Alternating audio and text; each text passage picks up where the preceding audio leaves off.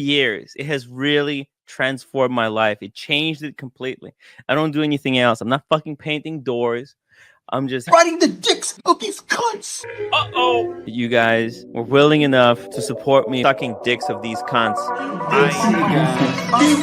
riding dicks. Oh, she's gonna do it. So long, so long. Riding the dicks of these cunts. So long. He's riding the dicks of these cunts. So long. Dicks of these cunts. Just riding dicks. Riding dicks. You like it, don't you? We're riding dicks. Dick riding fucking Like if I made a live stream and I titled "They're riding dicks," it works really well in the search engine. All these people in the chat, they're just riding dicks. They jumped on it. They jumped on it without touching. Jumped on it. They were riding dicks. We're taking you guys with us. I'm a fat 8 inches, mate. Forget the 6 inches.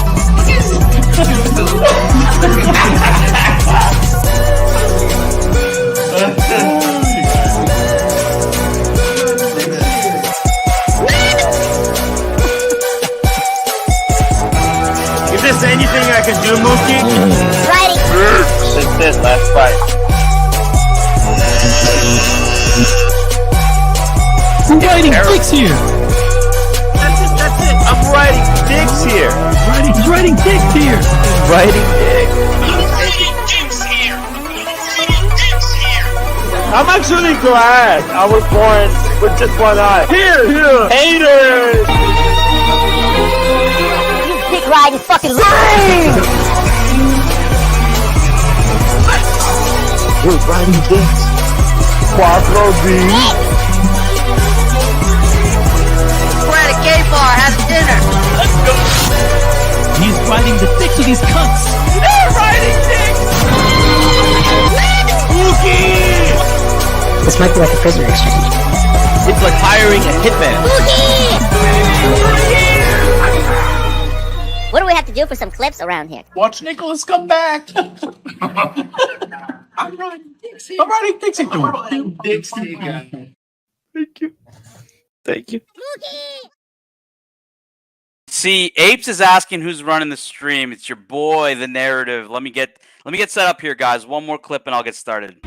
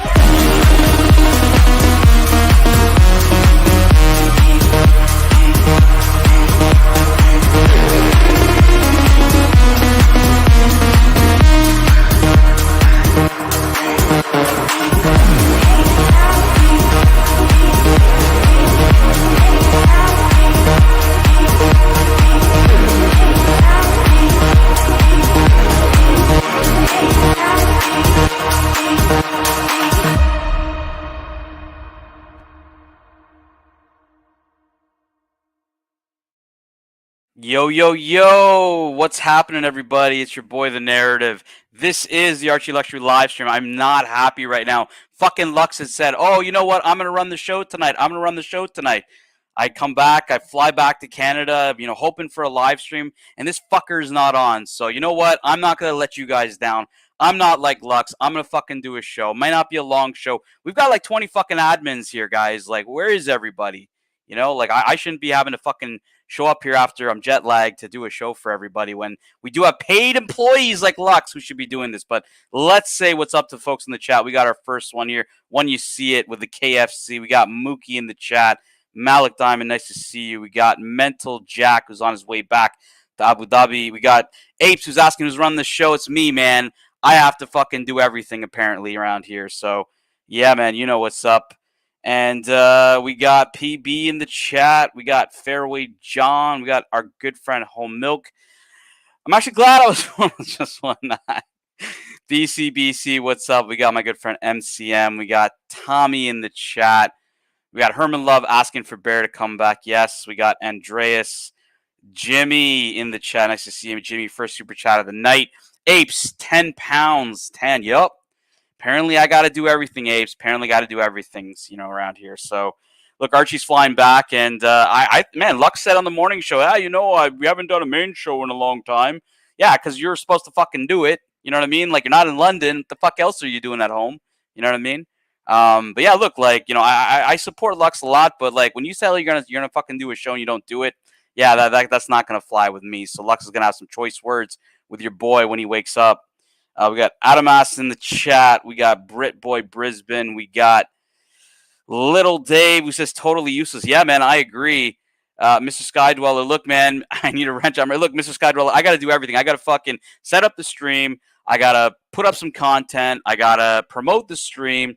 You know, I didn't really even have a lot of time. Like, this is not ideal to just fire up, you know, and just, you know, put up a stream and fire it up immediately, right? Usually we'll set it up in advance, gives people time to get some notice that, hey, you know, the Archie stream is about to go up in 30 minutes, gives people some time to know we're around. So it will take some time to get people to trickle in, but I do have a couple of pillows to go through tonight. Look, I really don't have a lot of steam. So if you're an admin and you're listening, why the fuck are you not on this stream? Because I'm going to start fucking clearing out those admin lists if I don't see people hop on. So yeah, I'm not happy tonight, guys.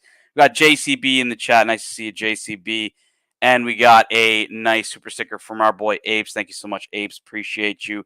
Fiddlin' Fiker. Nice to see you, FB Jean. We got Loose Tooth. We got Ryan Hoffrey. All right, I think I'm almost caught up here. Look, I don't know what Lux is doing, man. Like, so I met up with Lux a few days before London. You know, he was in fine spirits, wasn't sick. ABC and I met up with him. We had a coffee and yeah, just hung out and whatnot. And then, you know, a few days later, you know, he starts to get sick and Mental Jock is like, look, man, you ain't gonna come to this house unless you do a COVID test. It's just not gonna happen. So Lux, you know, and look, there's been a lot of narratives going around that like Lux put orange juice in it. Like he did the COVID test like live. Like, you know, you could see him put the droplets in. There was no orange juice, allegedly, that people are saying. I don't know where that came from, but it was pretty live. Now, look, a lot of folks that are running these narratives don't actually watch the streams. I know that for a fact. They don't actually watch tape like I do, and they wouldn't have probably seen Lux do it live, but hey, it is what it is. What's going on, Wash Collect UK? Nice to see you. We got Skies and Boys in the chat as well. And what's up, Tommy? How you doing? Hey, what's going on, man? I am fucking furious. Fucking Lux is like in the morning, oh, I'm going to do a show, and doesn't fucking show up, man. Like, what kind of fucking employees do we have around here? He's horse shitting. It's bullshit. I don't know. I mean, you get paid to go there. And look, like, I get it. You get COVID. It is what it is, right? Like, nobody can control that. But, like, you know, okay, you do a show in the morning. In the UK, it's like 11:30 a.m. when he does his show.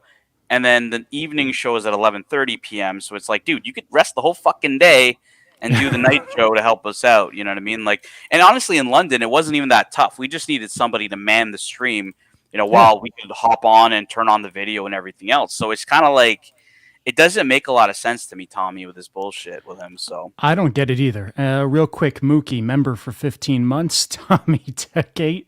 I don't know what that means, but I see it all the time in the house. Tommy, thank you very much. In the house, appreciate that, Tommy. Look, I have about an hour's worth of content, but I can cover some of the drama of London too for you guys. A couple of narratives being spun around. That was the first one, was the orange juice COVID test. That's clearly debunked because, I mean, like, we all saw it live. You know, if you hadn't seen that stream, I just think whoever's running that narrative didn't actually watch the stream because.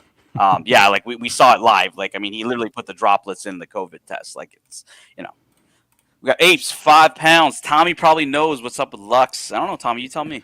Honestly, I think he might be having a honey overdose. I don't get it. He had COVID. He didn't go. He has nothing to do. What the hell's the holdup, man? It's not that difficult to hit the start button, especially if you're paid.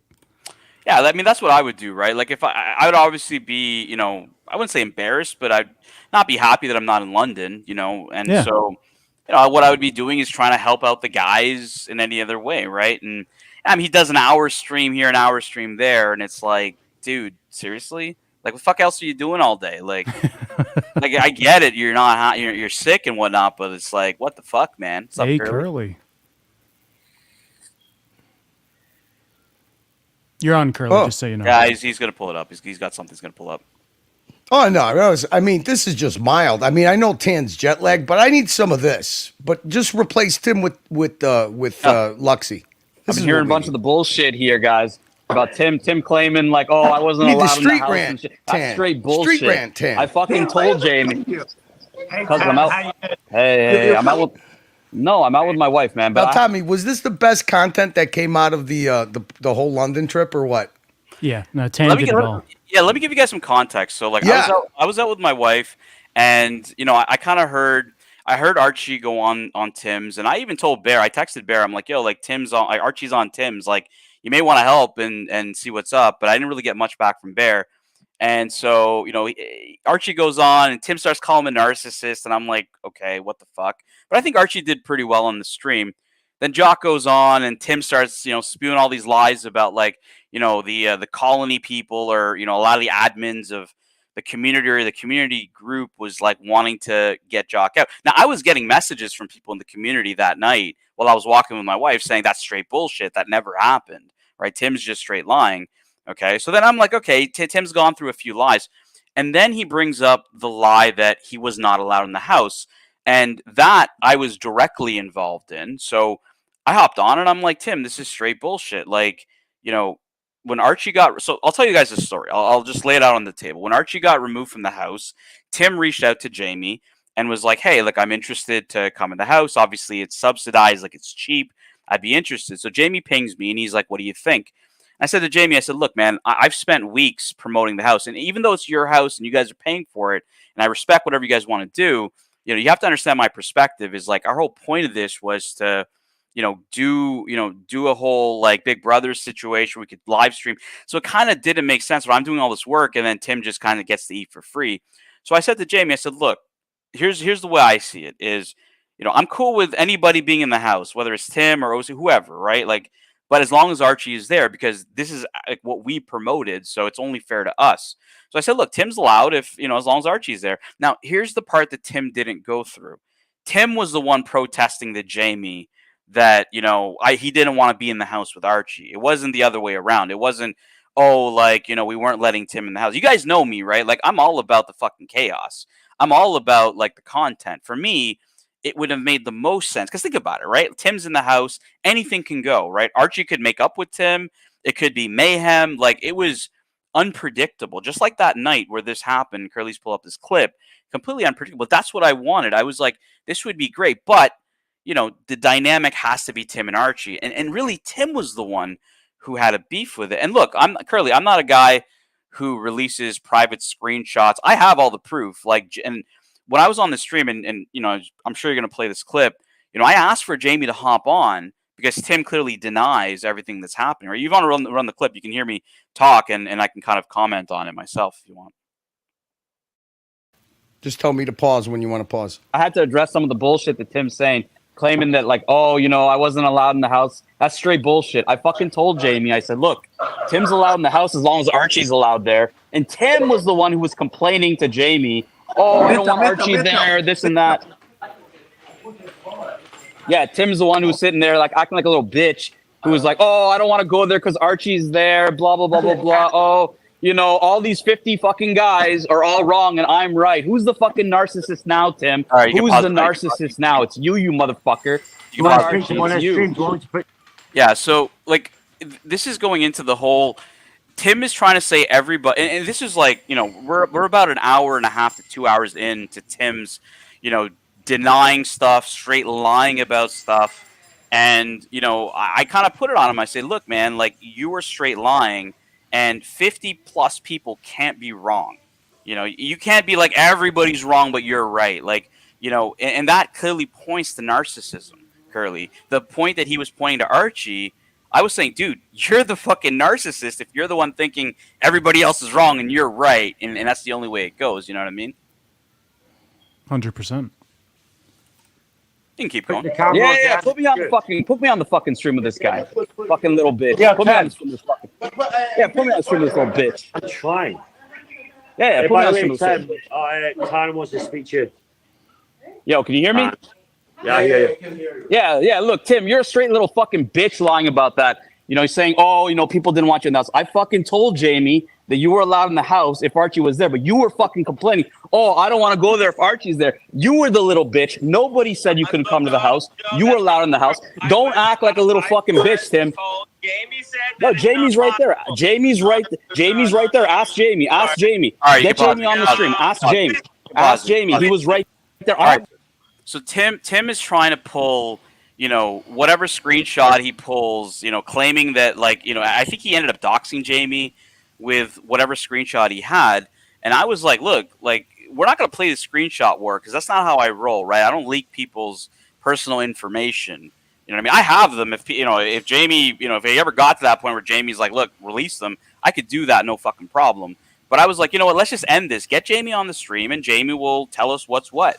You know, straight up. Like, it was, and you know, I don't know if we have that part in this clip early because I think that was on Tim's, but yeah, you can keep rolling if you want. I don't know if it's the fucking text. You want me to show you the fucking text? I'll show you the text.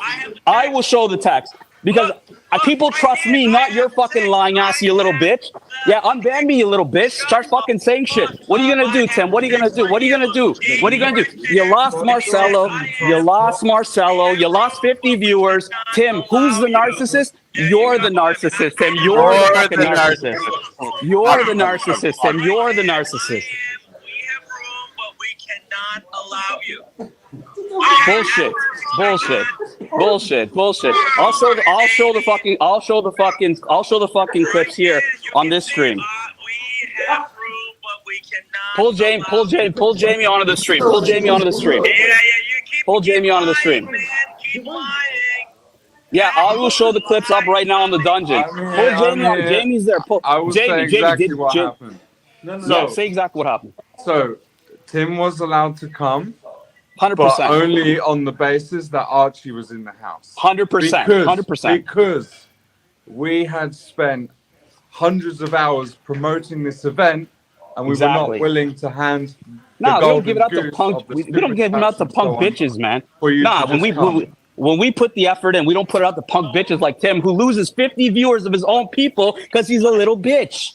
Tim, that's why we have the viewers. That's why we have Marcelo, because you're a little bitch. That's what's up.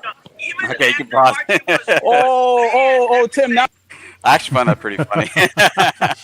We got a super chat. Ali Reza, $7.93. Thanks so much, Ali, who says, showing support for the Lords of Chaos. Let the chaos reign. This is not support for Pluter.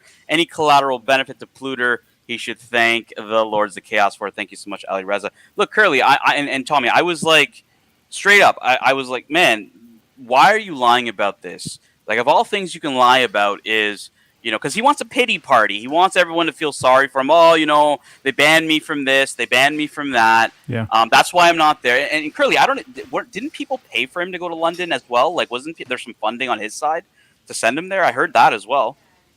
He tried to raise money for it because he was trying to get Red to get separate accommodations so they could go. Remember, they called it the House of Protest when they were in San Francisco, but he didn't get PayPal's for it. He got some super chats, but then what he did was he said, "Look, I'm just going to use it for my wife when we go to France."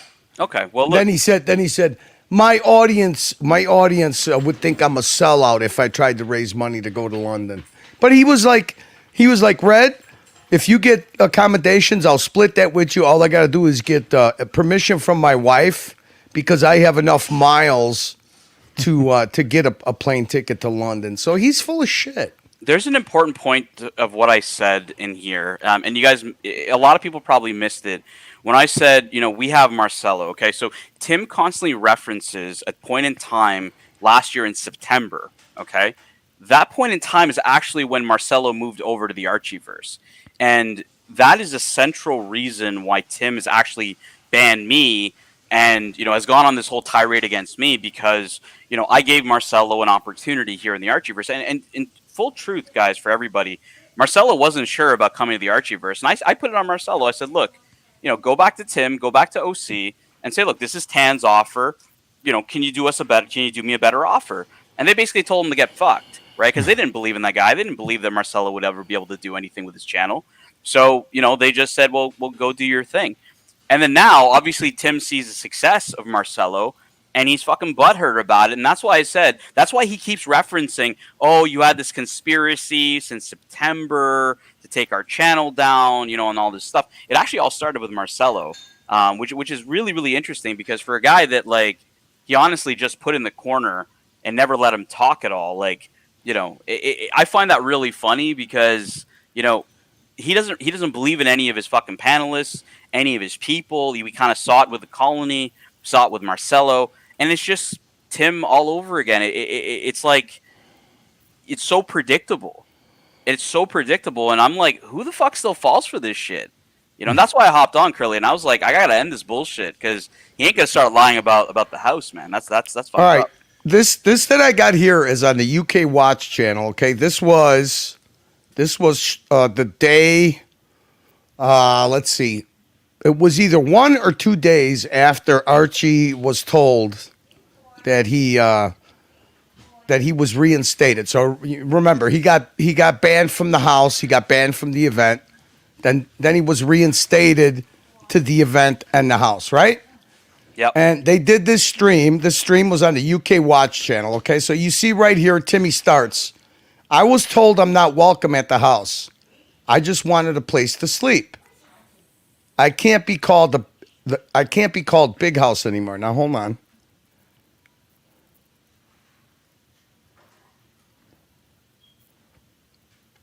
Now you're going to see. I believe I thought it was you and Thomas, but maybe it's just Thomas.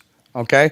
So Red Shovel, what is going to be the cost? He's telling him it's different accommodations. Are you still coming at Tim? But the promise is so sweet. At Red Shovel, what is the cost? I am broke at the moment. So if it's affordable, okay, I would love to. It's a business idea. TW, well, I don't know what the fuck that means. Yeah. Okay, but as the stream continues,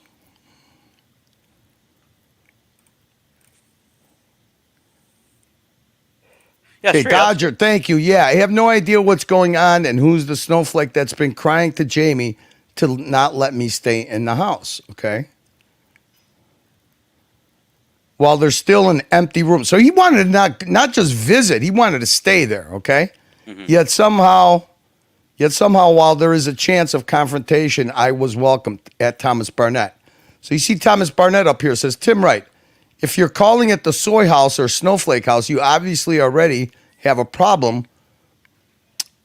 It's so why would you want to stay there? Right. And Curly, this is an interesting point in time because it seems like it was right after Archie was thrown out, right? Like, so he may have made the request at this time to Jamie, and that's when Jamie came to me and Bear and was like, hey, what do you guys think?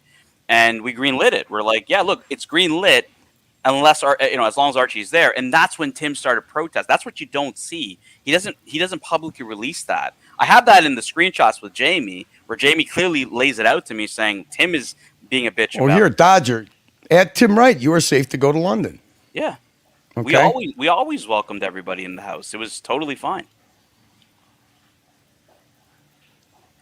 And the other thing too is that Jamie told him you're getting mixed up because the time you're not taking into account the timeline and the circumstances as they happen. You were welcomed while Archie was gone. Then when he was banned, you're not welcome. And then when he got back on the show and in the bro house, he was welcome again. And like I keep saying, okay, he's using this narrative that he was banned or barred from going to the bro house. Red Shovel, which is just as good as Tim being there, was there with his phone, streaming back to Tim. Yeah. So he would, if he could stream back, he's virtually really there. And if he was allowed to stream back and make content on his own channel, why would anybody bar him from staying at the bro house? No, I mean, I even said to Red, in person, I said, Red, I got no problems with you streaming to Tim's. Like, at the end of the day, like, we're trying to bring as much content. And then look, if it creates controversy like it did that night, hey, we're all about it. Like, I was totally good with it. Jefferson Exotic, $5. Tensions seem a bit high following London, so what say we relax and cool off with a drink and some fresh slices of delicious cantaloupe? Yes, Jefferson, that would be a good. I'm looking for Durham fruit. Durian, yeah, like apparently Lux brought some durian fruit. I don't know if he's been eating it himself. I don't know what the fuck that guy's up to, man. That's what he's doing right now. Apparently so. But yeah, look, Curly, it was always open to everybody. We have no vested interest to like deny anybody in the house or, for us, it was all content. And, you guys saw the content. A lot of it was just peace and love. But then it did pop off when, Tim himself was the one engaging in a lot of the drama. He was the one who needed to push the drama, and he kind of, I think he didn't expect the backlash that he got. And I think that's where it just really became sensational that night. Because not only Archie was on, Jock talked to Tim, I talked to Tim, Gary talked to Tim, and then Buckley was on, and all the stuff with Diego, like it just got really, like you could see it progress, Curly and Tommy. Like you guys could see it progress from like him going at Archie to me just sending him off the rails, calling him a liar, to Buckley going in and just manhandling him. And then you could see him just start doing all this offside shit, like doxing Diego and doing a bunch of other bullshit, right? Oh yeah, 10. He literally. I mean, this is what great. Look. I know there was a lot of sentiment. Why is Red doing this? Why is he allowed to do this? Because you know what? When you're confident in bringing entertainment to the punters, is there anything more entertaining than ArchieLuxury in a calm, cool collective bro house surrounded by a bunch of punters? Is there anything better than him literally making Timmy melt on his own channel? I mean, Timmy thought he was riding his high horse. He had almost 300 people in the room, but that's because we weren't doing what Timmy was doing on the other side of the stream that he was watching and participating in. Okay? People tune in for a train wreck. That's what they were tuning in for. And you know what the proof of it is? Today he can't even get over 100 people, even when he was by himself. So it wasn't like it was a big advantage to Tim. It was literally everybody wanting to watch a train wreck, and he gave him that and then some. I mean, there's nothing better than putting up. You know what? When you're able to make a guy pull his mask off and show his true self, what's the disadvantage to doing that? There's no disadvantage. It was all positive for us, right? Like you're right. Like I'm super confident in our ability to put out good content, so I had no issues with that, and I had no issues going on there and telling him to fuck off. Because I told him, I'm like, I'm a lot more credible than you are, and if you're gonna say one thing, and you're gonna straight lie about it when I'm directly involved. No, I'm gonna call you out all day long. I'm not scared to do that. I'm not scared to put on my camera to do that either. Yeah, like it was all kinds of fucking shit that night, man. Like he went from first OC was the master manipulator, brainwashing everybody. Then Archie is the one who manipulated and brainwashed OC for OC to manipulate and brainwash 60 people. Then it went from that to, Red Shovel is immune to being manipulated and brainwashed.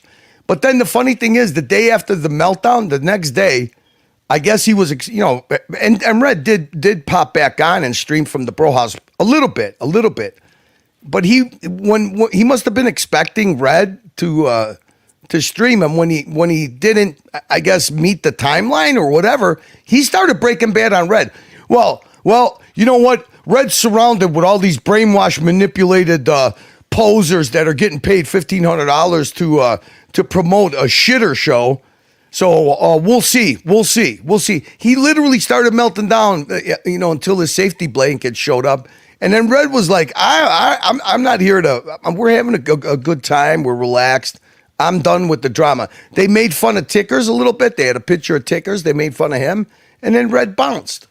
Because even Red's starting to see the fucking psychosis and manic episodes that this guy was having. He doxed Jamie twice. He doxed Diego 3 times. We had to edit all that shit out to replay his stream. And by the way, Tim, if you want a copy of that, instead of leaving it buried in under a $100 a month membership, it'll cost you 40%. There you go. Lucha Betting Time, $5. The train has wrecked. The pants are on fire. The sky dweller is falling. Lucha Betting, yeah, man, it's all kinds of twisted in the... and here's the thing, Curly, like, that's all Tim can do is just put people down, put down Tickers, put down D, O'Sheen sitting there, putting down pizza. He's like, why would you put chicken on pizza? Yeah, because we have people in the house who don't eat pork. Like, but hey, you should know that, Mr. fucking Hamas supporter. Like, like fucking what the fuck, man? Dude, like, the best Mubarak. The best part is that Timmy would transition from ripping on everybody, like his manic meltdown. Then he would transition back to like he was part of the bro house. Like he had this conversation with of all people, ABC, right? Yeah. Oh yeah, ABC, it was so great. I'd love to, get you to watch Time New York. And remember, the London Watch show when we went and had dinner with that murderer guy and Greg, you remember we had dinner with Greg and ABC was like, I don't know what he's talking about. So ABC goes, Jamie, do you know what Tim's talking about, this dinner that we had? He goes, yeah, the mass murderer killed his whole family and Archie forced us to have dinner with him. And ABC was like, okay, Tim, very good. Have a good night.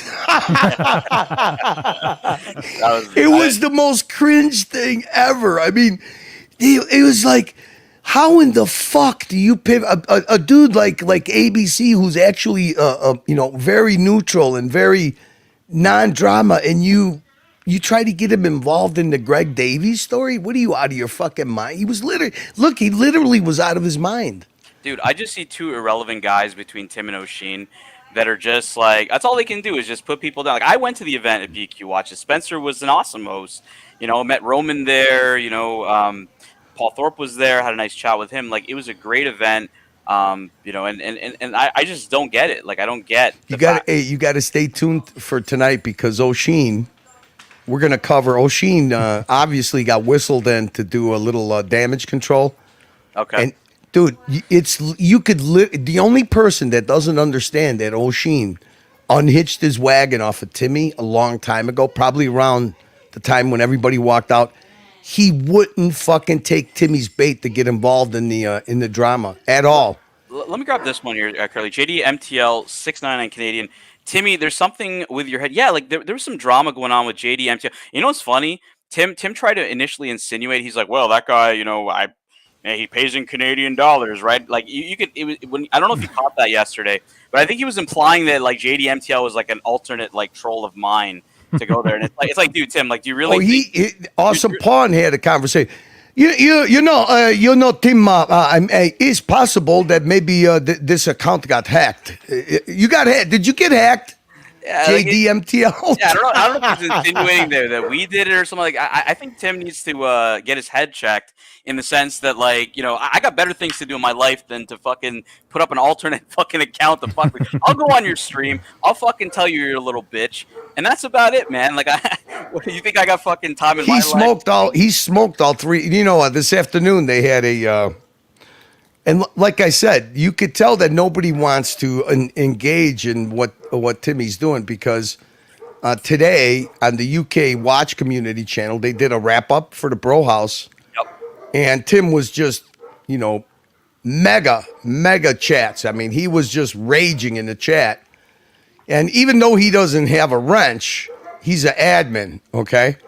So he smoked all three of my accounts. I go, hey, look, even my last one, I had to log off because I didn't even know what the account was for the Horology Hooligans or whatever the fuck the channel's called. And then when I went back on there, I put in there, hashtag justice for street rant 10. And he smoked all three of it. He can't stand. I know on his channel he banned the word Happy Meal. I heard he banned. I heard he banned Patek Philippe. Yeah, because he's so fucking stupid. Instead of he thought that Patel Philippe was Patek Philippe, and I was like, no way, this dude fucking banned Patek Philippe, and he did. Oh my god! And look, this is—I don't know if you guys caught this JDMTL beef yesterday. I think it was yesterday, or the day before. I saw it, and Tim is like calling him out, and then JDMTL is like, "Look, man, I was hacked. Like, Austin Publin knew about that." And I don't really know, like, I don't know the context of it. JDMTL, if you want to type it in the chat. But yeah, like they had like timed him out, and he's a donor, both of Tim's and I believe O'Sheen's. And you know, when Tim says, "Well, he pays in Canadian dollars," like, I mean, who the else pays in Canadian dollars? It's me, right? And so it was just funny to me that like he would think that I had the fucking time to do that. I heard that they had timed him out. JDMTL, you're more than welcome here with us. We include everybody. We don't fuck around. You know, Tim, the link's there, man. Tim, if you want to come on here and pull up your screenshots, man, let me know. I'm not hiding from you. I think you're hiding from us here, buddy. But yeah, Curly, like it's just a pity party, a pity Womo pity party between those two fuckers, O'Sheen and Tim. All they can do is, dude. Actually, the funniest part of I'll do a little bit of a spoiler alert. The funniest part of yesterday's Tim's stream yesterday is he was Breaking Bad on, he calls him Fatso. He calls Archie Fatso.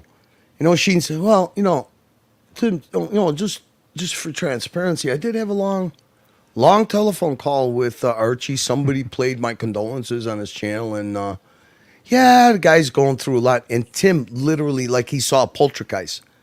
You talked to him? Yeah. He called me. We had a nice conversation. It was mostly about his son. Then Tim goes, yeah. It's almost like a virus. This drug thing. It's going across the nation, and nobody cares. I mean, it's just the cringiest shit. But you could, like I said, his partner, the Eyebashers guy, was literally in Tim's neighborhood. He was at Coney Island having Nathan's hot dogs. The guy's Gonzo streaming. I mean, it is so fucking funny that Tim is now, he's delegated to, he has to fucking hold on to O'Sheen. But O'Sheen's already unhitched his wagon. You could tell. You could tell the guy didn't want to even be there. But there's an interesting point to like just what you said, and I saw this at the show, right? Like, the respect that like Paul Thorpe and Spencer and Roman and these guys give Archie. I mean, Archie can call up O'Sheen anytime he wants, and say, hey, you want to come on my stream and figure it out, right? Like, Archie is a fucking star. Like, Tim is a nobody, and he had his chance, Curly. Like, years ago when he was rubbing shoulders with these guys, like, that would have been the best play for the guy to just kind of ride the wave. But, he chose to not do that. He chose to go against the grain.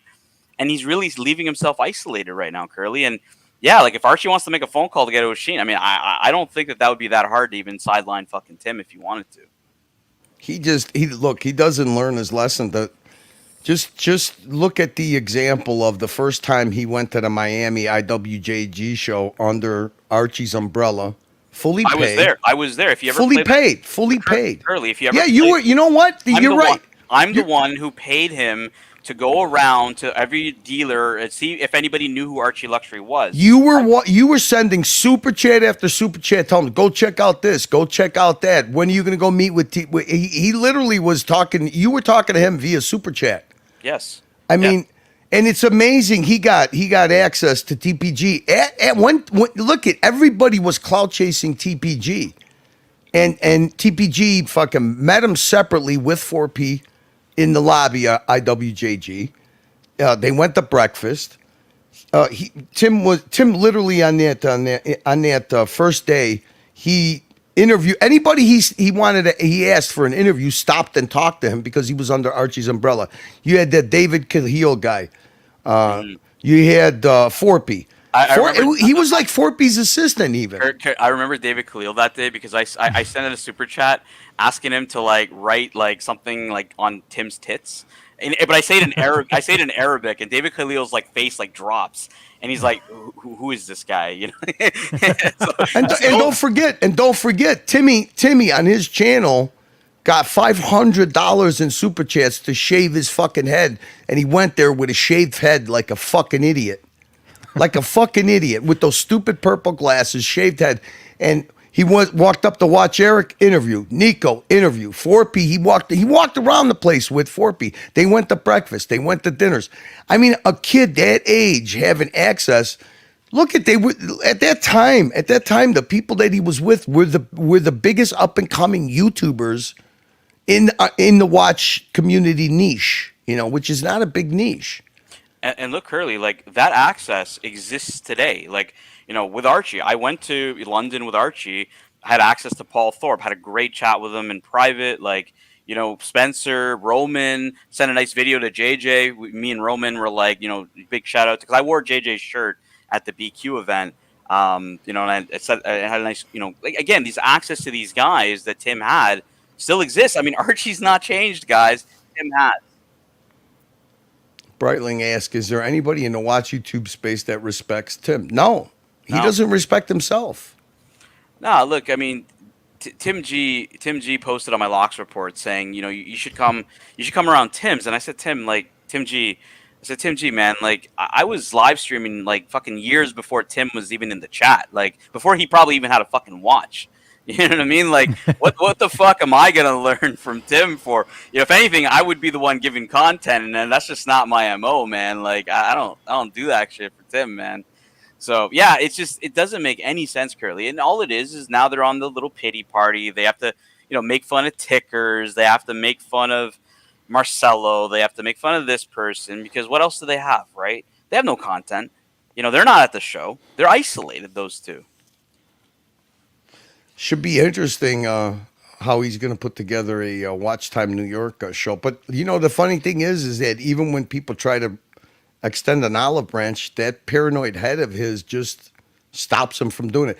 You know, the funny thing is that O'Sheen recognizes that Archie is, is inclusive. Hey, you know what? Come on, and from what I understand, he's agreed to come on a closed panel interview with Archie. Now, look, O'Sheen is capable of self-deprecation. Yes, when he's inside his studio, he runs a tight ship. He doesn't bring up all the troll chats and stuff.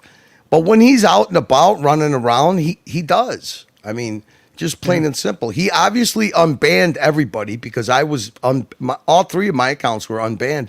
And he actually exchanges when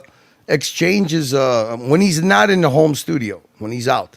He exchanges, he interacts with, I mean, he knows who I am because when he clicks on the three dots, it's my lemon curly. He knows exactly who I am. Okay. Yeah, Collector Invest, if you want to join the links, I pinned the link. Look, you mentioned the private, a private stream or private, not stream, but like, closed panel with O'Sheen and one-on-one. Yeah, look, there's benefit on both sides, by the way, from both of those content creators. O'Sheen would get access to, obviously some of the most generous donors in all of YouTube, right? Like, Archie is the live stream that brings in the bucks, that's watch, it's got the three pillars, watch content and everything else, so that's O'Sheen's kind of carrot on that side. On Archie's side, it's just, to just stick it to Tim, right? Yeah. And Archie would love to stick it to Tim, in that sense. So we got Collector Invest hopping on. What's up, Collector Invest? How you doing? Good, man. Good. What's happening? Hey, Collector. Not much. The other thing too, Tan, Archie wasn't the one who dumped O'Sheen. And Archie and O'Sheen, they actually had good chemistry on the panel. I mean, I hate to say it, but they did. The biggest eye bashers, the most views eye bashers ever got is when it was Dirk, O'Sheen, and Archie. Archie loves interacting with the guy, whatever it is. I mean, I don't think that he's that starstruck with him anymore after, the absence. But I don't think he's got a problem with him at all. And I think it would be kind of funny to see those two go at it. I don't think they would necessarily go at it. I think Archie would take his quips, but he would be mostly talking about Tim. That's what I mean by go at it. That's what's going to be hilarious. And I can see O'Sheen obviously deflecting off of it, right? Like supporting Tim. He did that when he was on, because he was on last year when Narc kind of scared him off at the end of it. And that's what he was doing, because Archie was trying to probe into the whole Tim aspect, and Oshin was just deflecting it, saying, well, no, I don't. And then he goes on Tim's stream after he gets run off of here and says, well, I defended you and shit. But yeah, I mean, but at the end of the day, there's still going to be benefit on both sides to them as content creators if they were to do that. And honestly, that's a phone call away if Archie ever wants to do it, and Tim just doesn't have that clout anymore, guys. Like, he doesn't. He can't call up Roman and be like, hey, would you want to do a collab, or call up? And he can't do that. He's completely isolated himself from those guys. So I don't really know what his fucking strategy is. That's why I told you, Curly, this morning. I'm like, he needs to reboot Tim Hike LLC, because Tim Wright LLC is, I think it's dead in the water. Well, he kind of hinted towards a pivot that he wants to make. He wants to get into the fashion space. Yeah, it's like, I don't know. I got nothing against the fashion scene, and people wanted to dress nice and everything else. It's cool, man. Do your thing. It could be like urban metrosexual hipster. Yeah, but again, he's trying to run this as a business, and I mean, I don't know a lot of sartorial live streams that are making a big buck, right? And Tim, I don't think he has it in him to do true content creation, creating videos that are, because he doesn't have any knowledge in any of this shit. Just like watches, the guy had no knowledge. He tried to do the $50 watch reviews, and I think he posted maybe 4. Yeah, and honestly, like when Archie put up the $50 watch reviews, I even thought it was expensive. I thought it was expensive for Archie, even, right? Like, so for Tim, who knows nothing about watches, it's like, you should be paying me to fucking show my watches on your channel, bro. Like, not the other way around. 40%. Yeah, 40%, guys, 40%. But yeah, look, like, to me, it's just all kinds of twisted here, Curly. Like, and I said it on the stream. I'm like, 50 plus people can't be wrong. They just can't, and amongst those 50 people, it's all kinds of different personalities. You got the Boston Collectors, you got, the OCs, you got the Mathis, you got Buckley, you got the Mall, Lucha Bedic, you got like just Dear Artifact, Father Artifact. You have all different kinds of guys who have all different interests, being here on YouTube. And it's like, they can't all be wrong. I'm more of a mix collectible kind of person. I like every single collectible.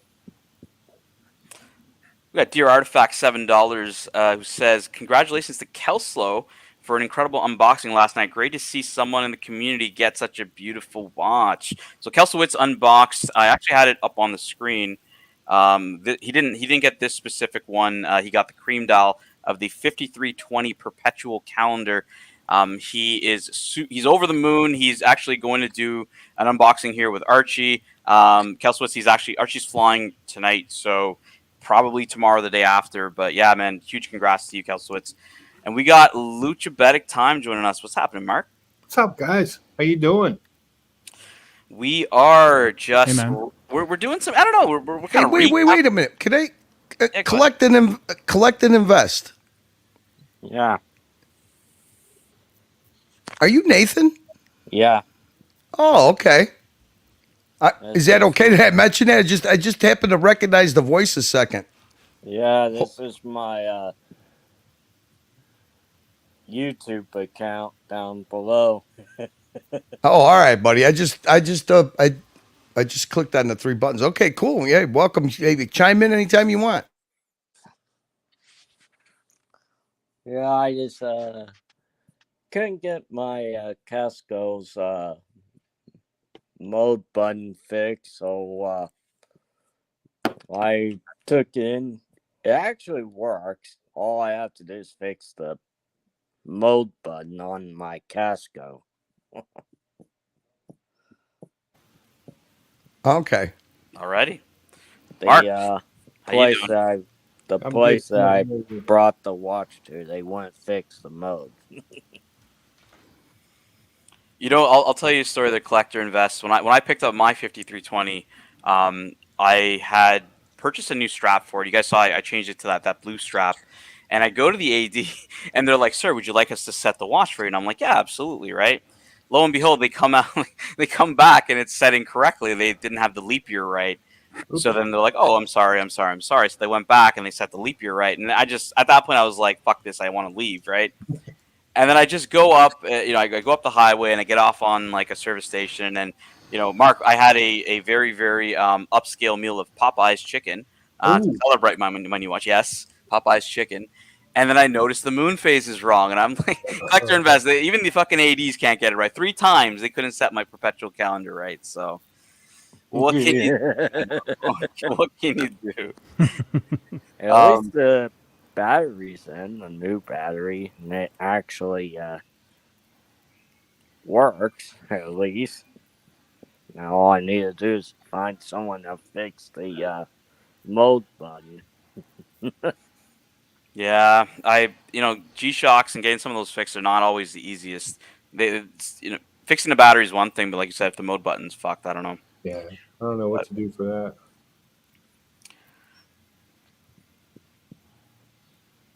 Has a voice for absolutely. So, Mark, we've been covering some of the lies, some of the. I've been listening to some of it. It's a little boring here at the dealership. I thought I'd pop on for a minute.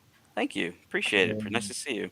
Yeah, look, Mark. When I was in the house in London, to give you guys some perspective from the inside, like it was just like it was great. Like people were just enjoying each other's company, talking watches, enjoying watches, having a good time. And I mean, everyone seemed to be getting along and running out to the other, hanging out together, cooking, eating, everyone seemed to be having a good time. Yeah, and that's exactly what it was. What the intent was to, and everybody who was at Wash Time kind of understands it, right? Like, it could be separate teams at certain points, but we all play the same sport. And we all, at Wash Time, Buckley came up to me and I chatted with him, and and I talked to OC, I talked to Boston Collector, and it's like it's not when you go in person, it's a completely different dynamic. So that's why when I said, hey, it's a green lit for Tim to be in the house, because I was like, hey, it could go either way, right? Like it could go Tim and Archie are at odds with each other in the house, or it could be that they're actually getting along, and maybe that's something new as well, right? Like. That's why I wanted to okay it. I had zero interest to prevent Tim from going there. I had every interest to have him go there. Oh, Tim Hike LLC. Yeah. I just put a little background visuals in. The visuals will be perfect. We could talk and we'll leave this playing in the background. See, Luca, Curly used to do dungeons where he would actually comment on the hiking videos, and they were some of the funniest dungeons last year. When he would do them, because I think he covered one where Tim was in like Korea or something like that. And it was just like, Tim had all these weird angles. Yeah, we were waiting for him to hike into North Korea, across the border. Cross the line of demarcation. But yeah, Mark, I was like, number one, I had no vested interest to prevent him from going to the house. I had every interest for him to be in the house. Number two, I said to him, 50 plus people can't be wrong. They just can't. Maybe if it's a crew of guys that are very tight, tight knit together, sure.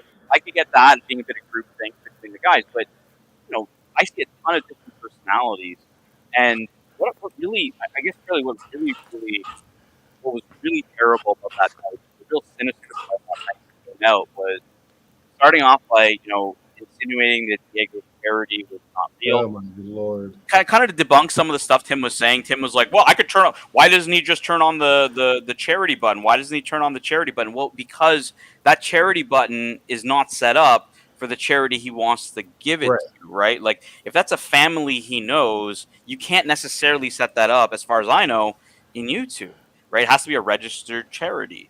But as far as I know, like, Diego's shared a lot of transparency with people around who he's giving the money to and whatnot. And honestly, like, unless you have evidence that it's it's not real, I mean, that's offside. Like, if you have zero evidence, just because you're speculating that it's not real is that's a bit too much, in my opinion. Mark, what do you think? I thought I was floored that he went there, and he name called everyone.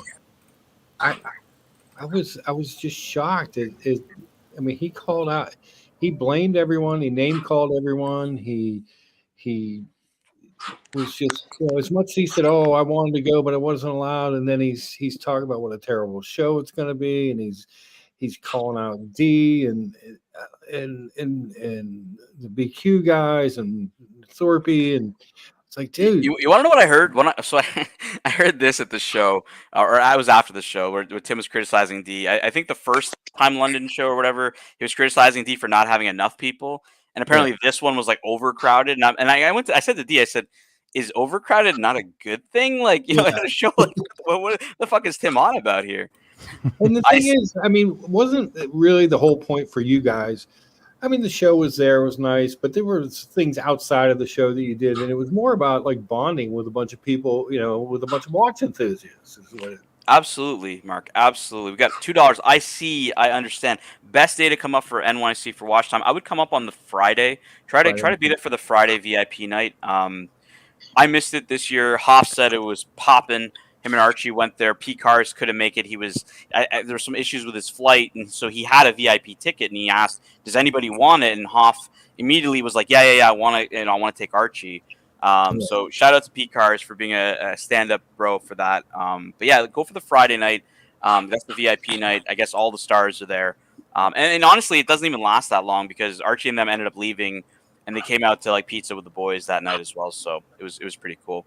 But that's exactly kind of where we're going to, Mark. So I talked to Archie, in London, and I said, now starts the road to New York City, and that's still, a few months out right now. But that event is going to be, I think it's going to be huge. We had 40 people last year. Archie versus JJ. Think about like the Colony guys flying in all over the world. I mean,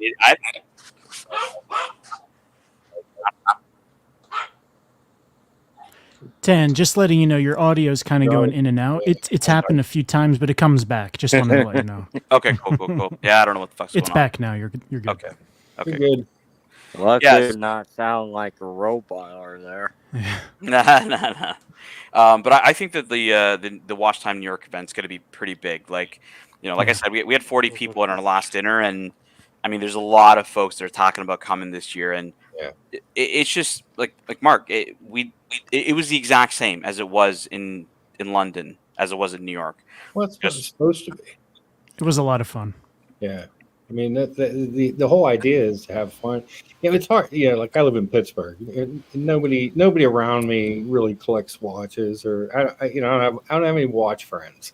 So when you get to meet, like if I go out to Philadelphia or New York, it's nice to get together with OC and Mr. G and them and hang out and talk watches and go to watch stores and stuff like that. It's get you more excited about your hobby.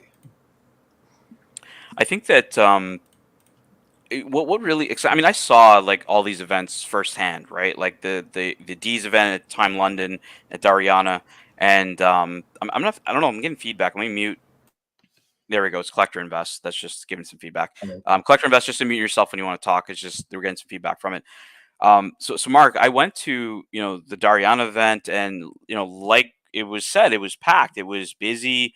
And everyone was having a great time. Like whether the brands are great or not. Like this was a criticism that Tim had, calling it a shitter show, right? Like think of Watch Time New York. Like all the guys that were at Watch Time New York. I mean, Tommy, you were there. I was there. Yeah. They had MB&F, they had Kerry Voutilainen, they had big name brands, and to be honest with you, it was the exact same. I didn't really peruse that much. I was more there for the people. Like it's a meetup. It's other people are saying it's a meetup. It's more about that than it is about going to sit there and research the brand. Something that you're interested in, you want to see, and they have it there. That's cool. But if not, it's really about bonding. That's exactly it. It's about bonding. It's about, meeting people that have, I mean, not only people that we spend hours upon hours with, every single day almost, whether it's here, whether it's on your channel, Mark, whether it's on the Colony or anywhere else, right? Like we spend so much time with each other that, when you meet, like when I've known Thomas Burnett for like almost a decade, for a long time. I never met Thomas before. It was special for me to meet a guy that I've talked about. Like, watching. Yeah. Meeting Marcelo, like meeting the personality, when Archie was there, meeting him obviously, and You know, and I got a lot more time with him this trip than I did in New York. New York was How's he more. doing? Is he all right? Yeah, you know what? His sister met up. Obviously, that's not it's commonly known. It was out on the streams. Sister met up with him, and I was there when they were just it was just the three of us. Yeah. And yeah, look, he's getting by as best as you can get by in that situation, I guess. Oh, yeah. But for him, he told me, he said, "Look, I'm just here to try to just get my mind off of it, enjoy some time with friends," and that's when you saw him. Taking the time, making breakfast with everybody and going out with everybody. And, he was at the show. He was working the show. He had to stay at the show specifically because he was working there. But every other time, like, he was with everybody, if he wasn't obviously jet lagged shit and sleeping. But he made a real effort, in my opinion, to be part of it. I worry. It's just such a tough deal. It is, right? It is. I think it's something that many of us can't really fathom because we haven't been in that position. But for him, watches do make him very happy. I took the paddock off my wrist and I gave it to him and I said, "Hey, let's swap watches for a day." And he kept it on. He kept it on the whole day. Like, and when I asked for it back, he was like, "I was really hoping you wouldn't." Mobster, did I meet TINT Tickers? Yeah, I did meet TINT Tickers actually. Yeah, he was cool, man. Met him at the show. I missed him that first day when he was with Marcelo. I ended up meeting them at a pub a little later because I was out, shopping with my wife on Oxford Street and they were nearby. But yeah, I met Tickers at the show. Yeah, he was fine. Had some breakfast with him. I went on Tickers' show a few weeks ago, and I felt it was actually very well organized because he does that whole, let's do the current reviews of the current news, the watches that are on the news, and then let's guess, the price of the watch. That was a bit of fun on that. And then he does like a rate your shitter. Like, he has a theme, even though his choice of watches isn't really the same as my taste, I'd say. But yeah, no, I had a lot of fun on this show, and I had a good time meeting Tickers. Yeah. But honestly, it was like that with everybody. Like, and I really, guys like Kurt, and everybody else, I really, this whole pity thing, this whole attacking thing, it's like, I went to BQ Watches. It's a legitimate business. Like, why the fuck are they attacking this guy who's just trying to, have a good time, trying to, ask, he invited the community to come to his shop and free drinks and showcases watches and everything else. And then all Tim and Oshin are doing is like, or they're just saying, wow, it was an unsuccessful event because he didn't sell anything. Well, it ain't always about selling, right? It ain't like Mark, you probably do events at your dealership, and other dealerships do events, and it's people don't put orders for cars in that right away, but it's about building relationships, right? Exactly. Those types of things aren't necessarily about the real-time sales. They're much more about the realistically planting the seeds of community. You're in your community. You're showing that you're a good corporate partner, and then people remember that and they come back. Trapped in DC, $5. He doesn't respect himself. Spot on. Yeah, I think that's it's a fair point. It's a fair point. But yeah, Mark, it's not always about selling watches. It's not about, like, that's the vibe I got, because Spencer came up to me, and he was like, I'm really happy you're here. Thank you so much, for coming, have a great time. And that was it. When I actually, when I went there, I was looking for a specific watch that was there. And Mark, can you guys still hear me? I don't know if my audio is coming. I can hear you. Okay. Yeah, all good. Yeah. So I specifically asked to see a watch called the Special Reconnaissance Submariner, and it's just a ceramic sub, 40 mil, that has an engraving for the Special Reconnaissance Regiment, and BQ Watches has one up for sale. And the girl who was serving me there was like, yeah, no problem, I'll go get it from the vault and I'll bring it out for you and you can have a look. Like, no pressure, no nothing. Like, it was all about like just showcasing their business, showing obviously community people, community love for YouTube, because the brands don't really always mesh with YouTube, right? So and that's kind of where D's mindset was like, look, we got a side for the brands, right, and that's the show, and then we have a side for the collectors and the enthusiasts that like YouTube on the other side of the show. And I really got that vibe from Spencer that it was about building relationships. It wasn't necessarily about, even though Dodger's wife ended up liking a watch there and ended up buying one. But look, it would make me want to purchase down the road from these guys because you buy from people you like. I mean, that's sales 101, right, Mark? Exactly. That's 100% what it is. So, but yeah, it really looked like a good time. I had fun. I work a lot, but when I got the chance to catch the live stuff and to see everybody interacting and having fun, just having a good time, and from people from all over the world, completely different, types of people, completely, backgrounds. Everything's different, but everyone's just kind of having a good time and laughing and yucking it up, and then Tim almost ruined it in the middle of with that Friday night. I mean, that was a meltdown of epic proportions. Original OC, when you threaten and give ultimatums to your top 50 panelists, supporters, financial contributors, telling them they aren't allowed to watch other content, that will always backfire. And look, I see him doing that with, this whole narrative of the cartel. Before I said, what does he mean by cartel? To me, it just seems like I'm gonna have to mute Collector Invest again here. Hold on. When it comes to like the whole term, the cartel, it's like the term cartel now, from what we saw with Malthread, him throwing kind of Malthread to the curb, even a guy who supported him, just like, Mathis and Air King Ben, really, really close people to him. Like, 50 people can't be wrong. And like, well, you know what was telling to me? What was telling? Curly did the Royal Rumble show. Yep. On Mookie's channel. Yep. And before he did that, he did the War Room with Green Room. Yes, I remember that. And all those things, that he was kind of sarcastically saying and doing all the, this is, his whole shtick about the cartel and who's behind this and who's behind that and who's supporting who, and this person is manipulating and there's brainwashing going on. And I was like, oh my God, this is all the stuff that Tim says now. Well, exactly. It's just, honestly, Mark, it's a lot of stolen shtick from him. And, you hear it every stream. If you ever watch a Tim stream, there's going to be something that's stolen, right? When he says, it's hard, right? Archie's shtick. He steals a lot of content, and the whole, like, I mean, Curly said it himself, is like, if I were to give Tim an offer to come to the Archieverse, shut off this movie. Yes, I don't know about the Great Escape, but I would repackage Tim's channel as a drama channel. He would be another Marcelo to us, because that's where he actually would have some value.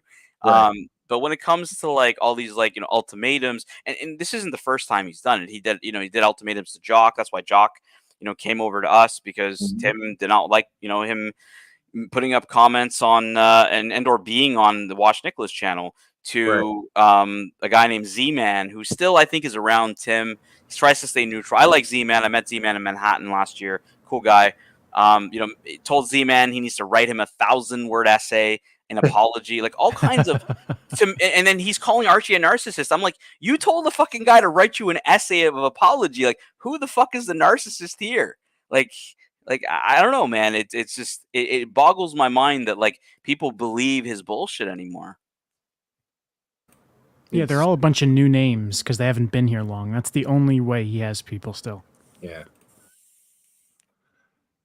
And to your point, when you were talking about teams and 60 people leaving, within those 60 people, it's probably even more than that.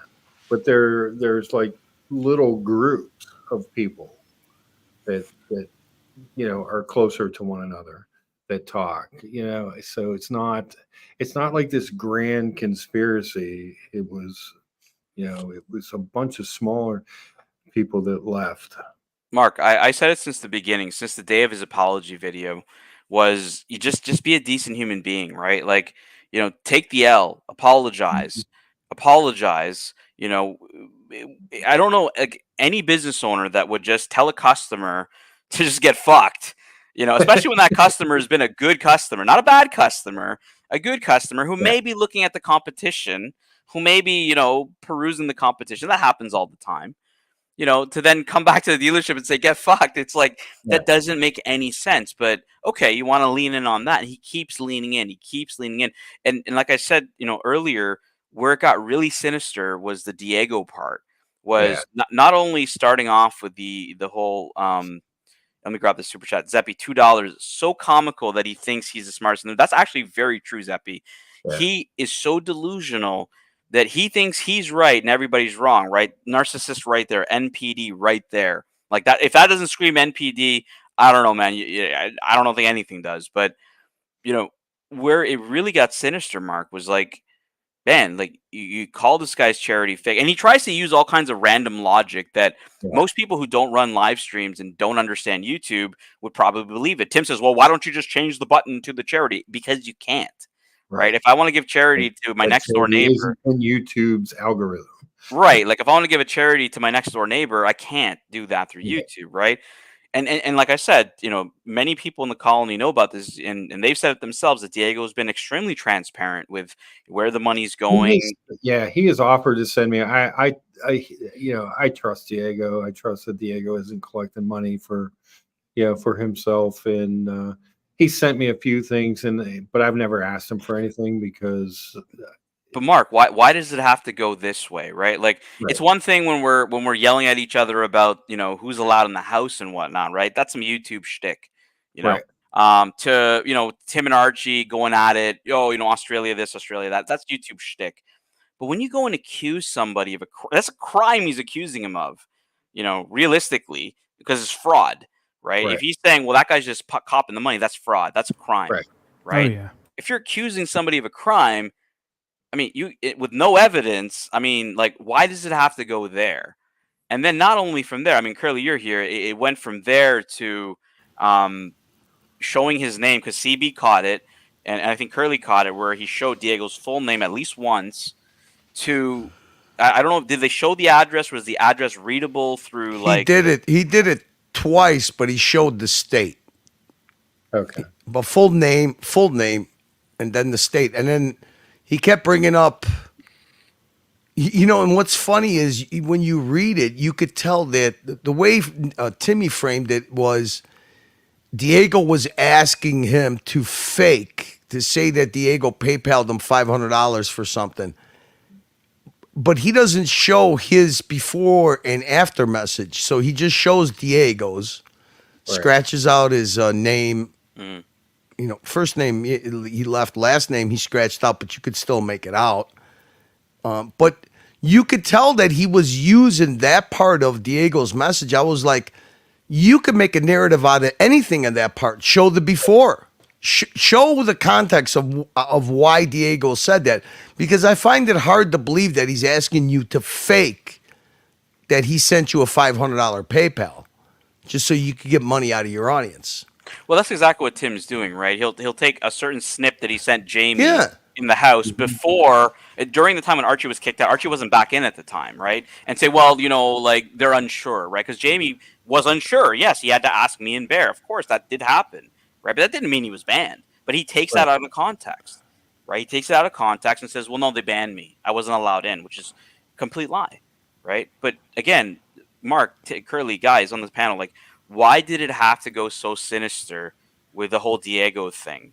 Because, I mean, the Buckley part of it was hey, Thomas, how you doing? Nice to see you, man. Thomas, brilliant. The Buckley part of it was, I thought that was really good. Buckley went on, he was calm, and it, I don't know if anybody did the math, Curly, because I was doing the math in my head where Buckley ends up leaking it that Tim offered him like $25 a week or something. And then he's like, this fucking Buckley guy would sell himself for half of $100 a month. Half of what Marcelo makes. I mean, does Tim not watch what Doc's report? Like, Marcelo's making some decent money. Like, that's a lot more than $25 a week, bro. Like, well, so what the fuck are you thinking that Buckley's going to take $25 from you, man? Yeah. Well, and the thing is that... Hey, Thomas? I'm sure at some point Tim said, what would you sell me out for? Because he was butthurt about Marcelo. I'm going to pull up this comment.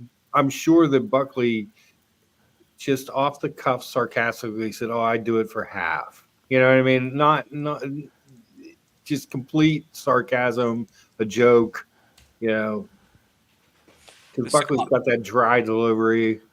Yeah, but I think he did a really good job, Mark. Like in Oh, he did. Oh, he did. Yeah, you know, staying calm. He had him so riled up that he kicked him off the stream.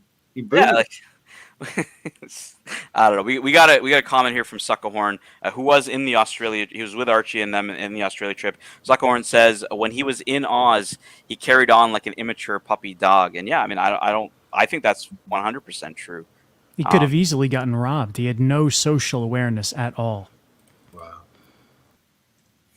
Sorry, Thomas, you came into a bit of the drama stream. Lux, I was a little angry. I've just got home. I'm just tuned in. Yeah, I'm just. Oh, no worries. You're welcome to chill with us and hear some of it. But I'm just really disappointed in the fact that, like, you know, he starts accusing Diego. He has no proof of the accusation, and it goes after a guy that was supposed to be his friend or was his friend at some point. Like, look, like I said, some of this earlier stuff, that's YouTube shtick. That's whatever, man. Like, we can lie about the house, whatever, Tim, no problem. Like. But going after a guy and accusing him of a crime, like, it's a little too far. And that's where Tim is, like, that's the point, like, where it becomes unhinged, right? Just becomes unhinged. The first time he did that was the day that I did I was banned by Tim Wright video. The first time he went and said that he didn't believe Diego's charity was real. That was like the straw that broke the camel's back. Yeah, because people are just not gonna take that, right? They're not gonna, you know, successful people are not gonna take, you know, slander, you know, like he's doing against people's businesses, you know, because I know that made a lot of people wildly uncomfortable going after like a BQ Watches or a Roman, because there are people that buy from them, right? That you know, and Shovel and Alex the watchmaker. Yeah, people who service with Alex, right? Right.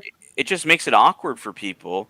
And they don't want to get behind Tim's war, and because look, I'll break it down to you guys, right? Like Tim just springboards off other people's content. I mean, clearly he was pulling up Bark and Jack's content, you know, earlier today, and you know whether it's Bark and Jack or it's Gringa or it's Roman or it's Paul. Why do you think he doesn't play Archie's content? You know, it's not because he, you know, is all high and mighty. It's because he knows nobody from the Archieverse is going to go there, and he can't springboard off of us. Right. That's why he doesn't play our content. You know, but the day it does benefit him, Curly, when he can get 270 viewers, he's more than happy to have Archie on, right? Dude, he got a huge dopamine hit. It was like, I'm back. The next day, he starts off with drama. He got about 140 something people in the room, and then O'Sheen popped on. And by the time Daniel Katz was with O'Sheen in Venice, and by the time they were done, and he left. He was down to, you know, he went like straight down, no super chats. And then the guy who was on tonight, Tim, by the way, just tanked his stream and pulled the plug. He couldn't get over 100, and he got stuck with private, you know, the private Scotland Yard, James Bond, MI6 private gentleman. Right. Yeah. So when that guy was done with him, he was back down to below 100. Tonight, he couldn't even get over 100, and he was disgusted and was like, there's no super chats. He pulled a watch Nicholas. There's no super chats. I'm done. He pulled a pin after less than 3 hours. He doesn't get it that, you know what, organic drama is fine. Just the mere fact of this situation with the bro house, he doesn't get it. Everybody could get what they want out of the drama. Nobody's asking Tim to come back and be Archie's personal assistant again. Just stop being divisive. Grow a thicker skin. Tim used to have rhino skin. He did. He was a good troll.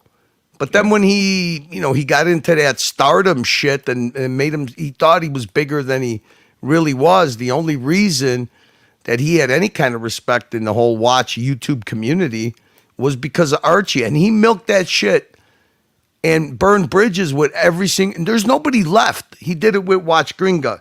He did it with Bart and Jack. He did it with Theo and Harris. He did it with Nico. He did it with Watch Eric. He did it with Roman. He did it with almost everybody. In the end, all he was left with was the guy from the UK who hates Paul Thorpe's Gus, that guy Vinny, and he smartened up and stopped coming on Tim's channel. So. I don't know I don't understand why the guy can't recognize we never had an agenda. We're actually, hey, look, the drama is good. If you want to participate in it, you can. Or if you just want to be the sole participant without participating, That can happen too. We've been doing it for 2 years. I don't get the guy. Well, it's simple. He just wants to springboard. He thinks O'Sheen's his meal ticket. O'Sheen does the same thing, by the way. All he does is beef other people. Right. You know, because he's trying to springboard. And like the problem is that they've isolated themselves because these other guys, you know, I mean, I talked to Paul myself on the side, you know, at London, at Time London, and I said, Paul, like, look, you know, Tim is trying to get you to respond. Remember he did that video, you know, his addressing Paul Thorpe video. You know, I got a hold of Paul, you know, right before he was responding. I said, look, Paul, like, don't get catfished. You know, for him to use your channel because Paul's got momentum. You know, whether right or wrong, you know, I know it's very divisive topics with politics. And I don't get into politics here, guys. But look, Tim sees the wave and he tries to ride it. And you know, I told Paul, I said, look, why don't you just respond on the dungeon? You know, I ended up pinging Curly, and I think Curly said I did a bait and switch because Curly thought it was going to be a me and Curly thing, but I thought Curly was good enough to do it on his own. Dude, today Paul Thorpe did a stream on his big channel. Okay, 1,900 viewers, and you couldn't even. The chat was flying. Wow. Yeah, yes, it's all political, but like I said, look, there's why does it get so much traction? There's two sides to every political story. So I mean, as long as he doesn't, you know, polarize himself to the point where the watch community doesn't want anything to do with him. Well, obviously, he proved that wrong. But look, the guy's viral. I don't care what anybody says. He is the guy who's got to carry his own cross, and he's carrying it well right now. I mean, he's getting the videos that he drops is getting 3 times more than, and he's almost at 200,000 subscribers. Okay. So today's stream, you look at today's stream, the way that chat was flying, he had 1,900 people with 3 guys on there talking about UK politics. If you listen to what they were talking about, it's no different than Trump supporters talking about the issues that we have in this country. So to paint the guy out like he's some kind of a racist or some kind of, he's patriotic, cares about his country, and you know there is a rise in crime, so they talk about that. You know, all leftists are going to paint you as a racist if you're opposite of them. But it works. Look, it works. I mean, Paul Thorpe is viral, and that's why. I mean, Timmy was just been flailing for I don't know how long, and you know, Paul. Same thing with O'Sheen. These guys see these people go viral. Watch Gringa passed him up already in subscribers. And Paul Thorpe has too. So I don't think it's a good thing if you're in the same niche watch community to attack these people. You're better off. You want to debate them, you have different views, then keep it cordial, dummy. Can I ask you guys something as someone coming from the other side? Have you noticed an uptick in your viewers since this split breakup thing has happened? 100%. Absolutely. Yeah, and for us, like Mark, we don't like, you know, we're very agnostic in the sense, like, you know, we put on different content every night, whether it's, you know, I came on tonight to do watch content, but you know, Curly had to bring out the street rant, and it kind of pivots a bit, right? And that may not be for everybody tonight, and you know, maybe there's another stream on that someone is doing watch talk, right? And they go to that. Like, I'm all good with that, but we have seen a good uptick. A lot of viewers from Colony, you know, supporting the chat, being on the panel, helping out, giving us their thoughts and whatnot. It's been great, man. We've been sending folks over there. Yeah, I think it's been, and that's why I'm very excited for New York. Yeah, well, I mean, it just seems like our small space has gotten bigger. Absolutely. Let me get these super chats here, and then we can keep going because I have a couple points with Curly on what he just said. OG baby girl, $10. Curly and Tan, always the voice of reason. Nice to see you, OG baby girl. We have JCB Jean Claude Beaver, $5 Australian. You can pull up, Tommy. Go ahead. Sir Thomas Burnett, officer of the British Empire. Give us your highlights of the show, any cool pieces, and the bro house. All right, Tom, you got full stage here. Yeah, I mean, we had a great time, didn't we, Tom? I mean, like you were saying earlier, it was coming together, and everyone in the house was great. I got a little present for you, JCB. Oh, nice, Awesome. nice. So yeah, got some. I'll be sending you those, JCB. So You want to know something? You want to know a little funny tidbit that nobody would have seen on the stream. You know how Archie is very generous with giving out those photos and wanting to sign them and stuff like that. When he was there with his, yeah, but he does that, right? He's like, "Would you like a photo?" And he hands them out like business cards and stuff.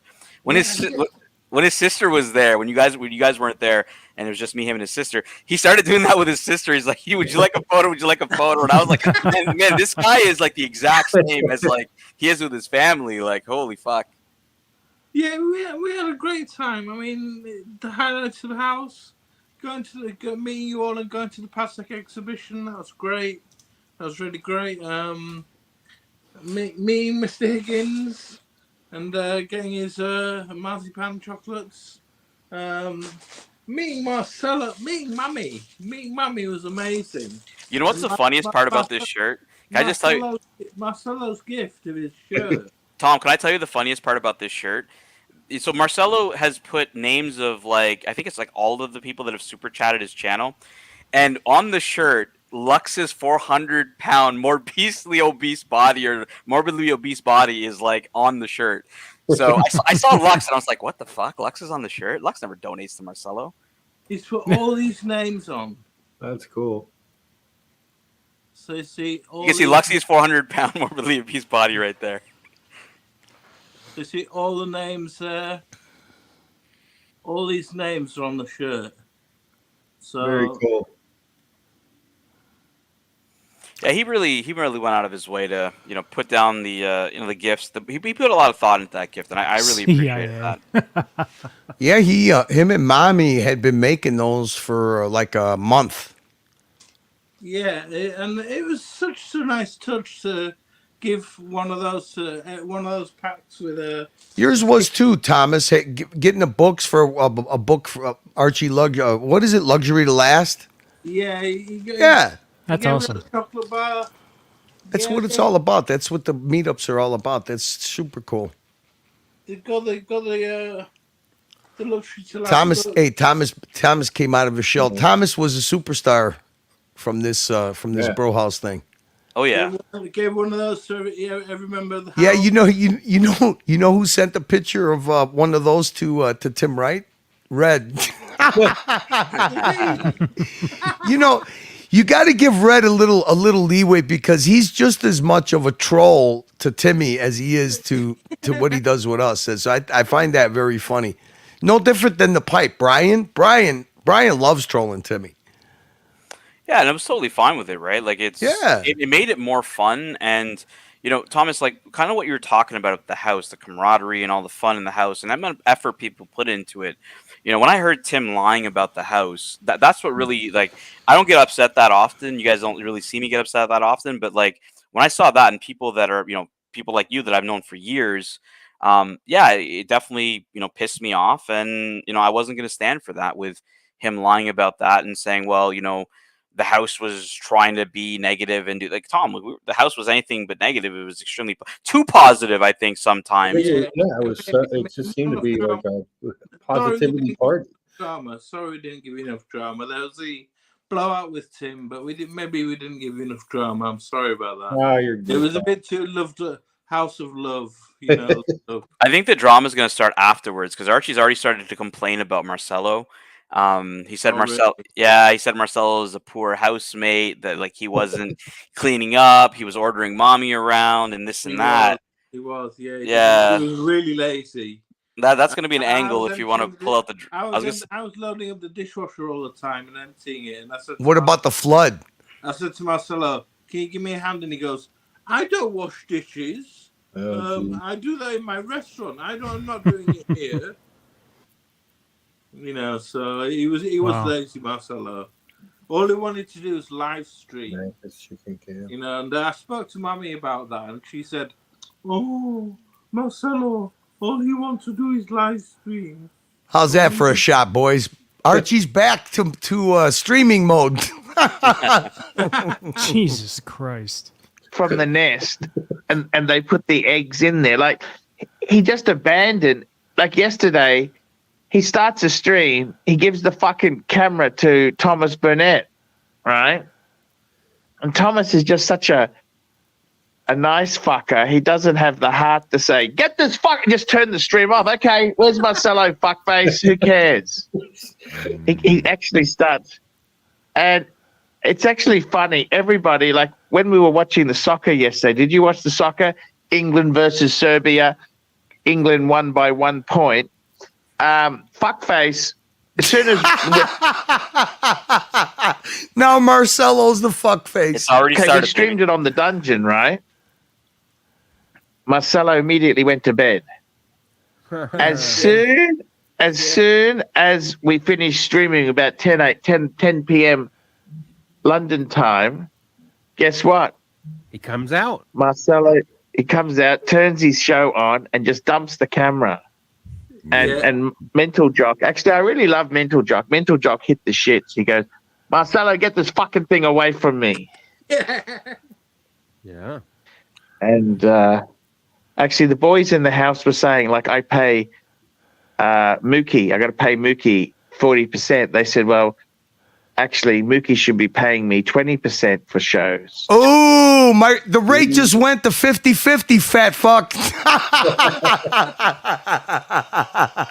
Who? What do you think of that idea? They were floating these ideas, and I said, hey, I don't know, man. I don't know. It's above my pay grade. I'm just trying to make, content. I had a good talk. I tell you who I was talking to. You know the guy, what's his name? Scars. He was talking to me. He's got a Skoda. The guy with the Skoda. Oh, God. Car talk? He's talking Skyson boys. He's talking about Skyson. Skyson, yeah. Yeah. That's ours. No, he gets nude in the video too. He goes full on underwear mode in the video as well. Yeah, it's classic Archie. Look, Curly. What I will tell you guys about Archie is all these business ideas. He's actually thinking about his business, which is like the first I've ever seen him think about it.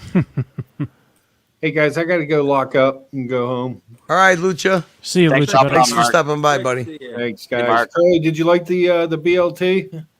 I forfeited the minute I saw it. And then of course you had to put that little killer combo in there with the tomato soup. The tomato. I'm forfeit. Automatic forfeits for me, Lucha. Automatic forfeit. All right. I'll see you guys. Thanks for having me on. See you, Lucha. I have there's something even funnier that you could do to Marcel. You should. Here we go. Finally, Mikey.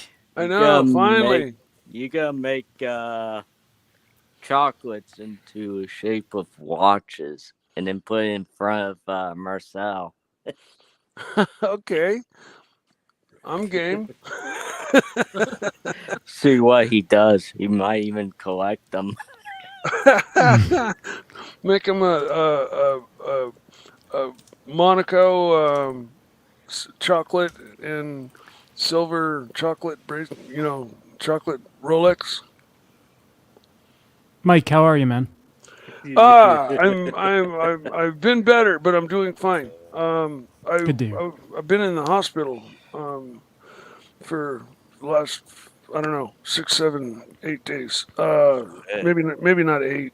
I had a problem because of my blood thinners.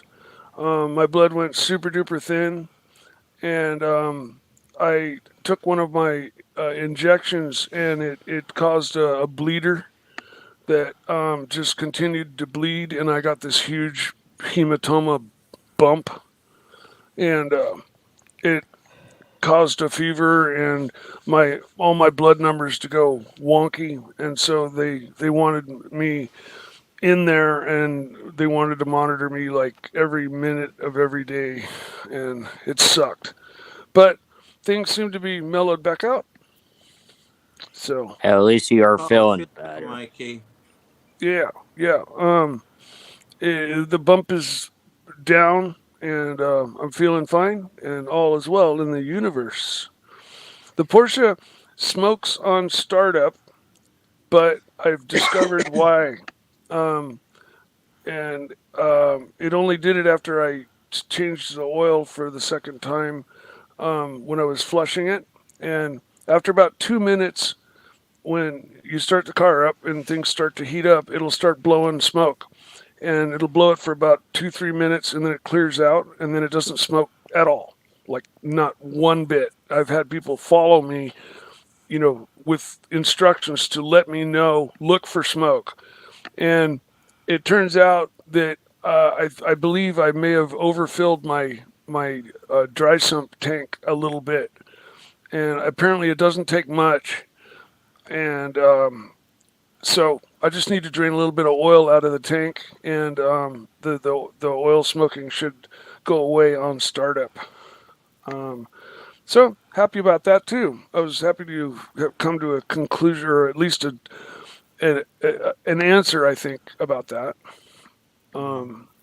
And otherwise I left my phone at home. I missed the entire European trip. I didn't see even one stream. So I'm back, but I have no knowledge of anything that went down. You didn't miss much, Mike. Don't worry about it. I did log on once or twice, and there was one where everybody was just chilling around a couch, and the soccer game. Yeah, exactly. And there were a couple times where I borrowed a phone and got logged on, and it was running, but I just watched it. I didn't. It was somebody else's phone, so I couldn't. I don't know my password. So all I could do was watch. And anyways, I'm back. I'm back. Got a super chat here for you, Mikey, from Corrado Galizia, $5. It says, "Glad to see you're better, Mike the Snake." Thanks, man. It's good to be feeling better. Fuck. It really, really sucked because this was kind of scary, and the bump was scary, but my blood being like, normally I have my blood so under control it's not even funny. My blood sugar and my blood thickness, which is called your INR, they're normally in range and stable, and they were just spiking high, spiking low, spiking high, spiking low. There was no stability to it. That's why they checked me in, because it was just like it just went wonky, and they thought it might have been something, some secondary infection or something. But as it turns out, it was just a big ass hematoma. I got a hematoma. So yeah, I've got I was gonna say I got about 10 minutes left in me, Curly, before I jet lag my ass to bed. I wanted to just show one thing to Thomas, Mike, and everybody, just on pillow number 1 on Watch Talk. So when I said I went to BQ Watches to look up a certain piece, it was the Special Reconnaissance Submariner that they had for sale, and I saw this Instagram post by Watches of Espionage. I don't know if Tom, if you're familiar with these guys, but it's showing basically one of the. I think this is a different military issued one than the Special Reconnaissance. But wow, yeah, he writes. So Mike, I saw it at BQ Watches. They had one of these, and it was super cool. They showed it to me and whatnot. But I'm gonna pull up kind of just like what he writes here on, and I didn't really understand what he meant by, I understand the attraction of these watches for collectors. But also, I think it's a little strange to actually wear a modern watch like this that you didn't earn. Okay, fair point. I wouldn't go as far as to say it's stolen valor, but there is something about it that just doesn't feel right. From a collector standpoint, there's a difference. This is the part that I really wanted your take on, because I find this a bit contentious.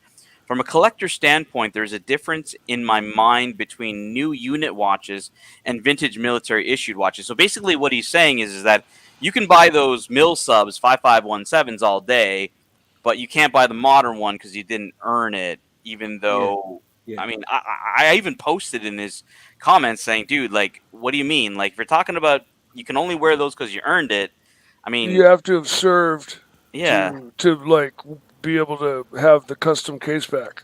It should be old and new, is the point. That's the point. I don't know, Tom, if you feel differently or if I'm reading this wrong, but that's kind of what I got from it. I'm like, he's being super inconsistent here. I think he's being fickle, because there might be somebody who served who needs to sell their watch, and for somebody who hasn't served to get their hands on a special watch like that is a big deal, right? Absolutely. And if you're a watch appreciator, you're a watch appreciator. Like what you've personally done, shouldn't really, I think, impact, whether or not you're eligible for the watch.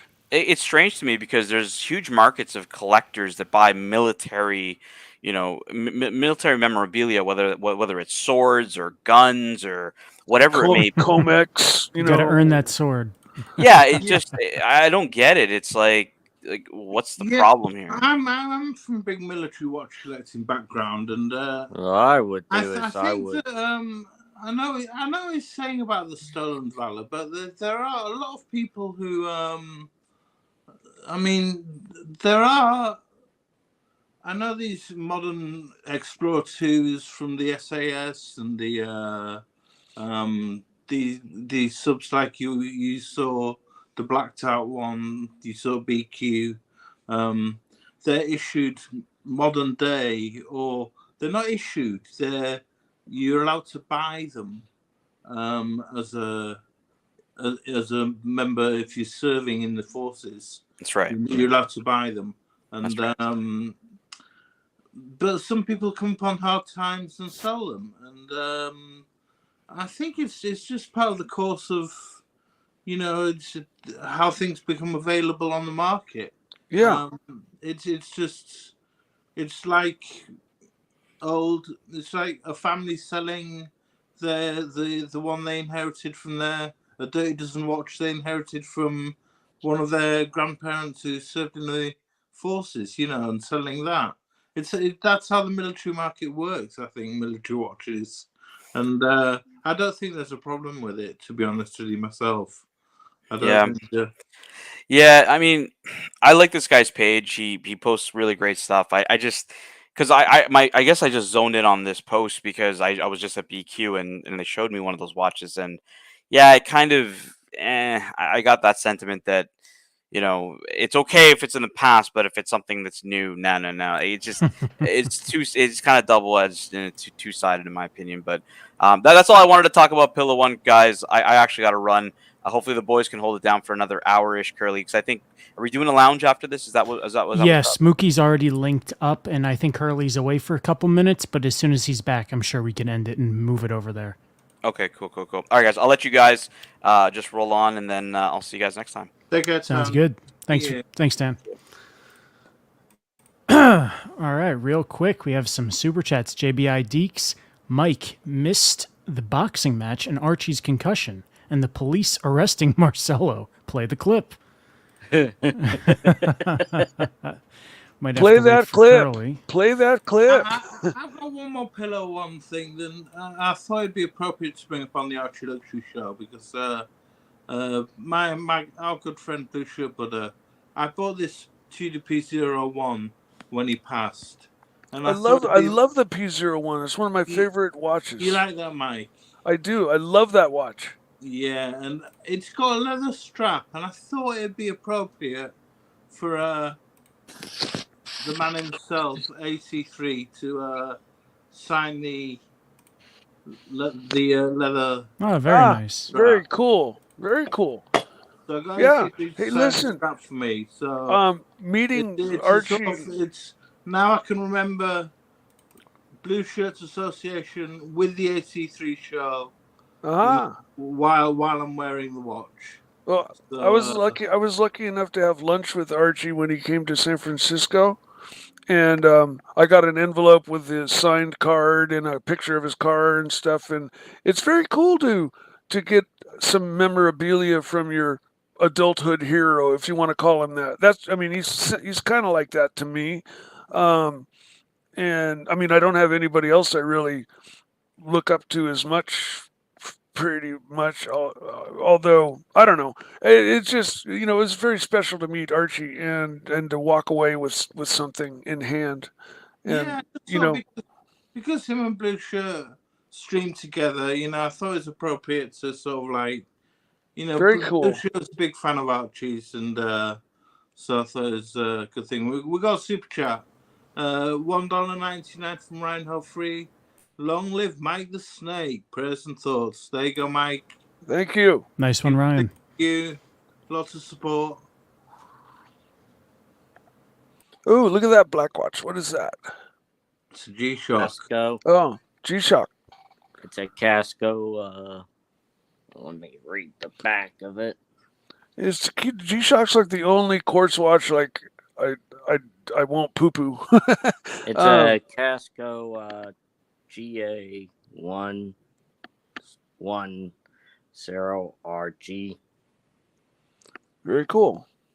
I don't know where the camera is. Those G-Shocks are known for just being like near indestructible, right? It's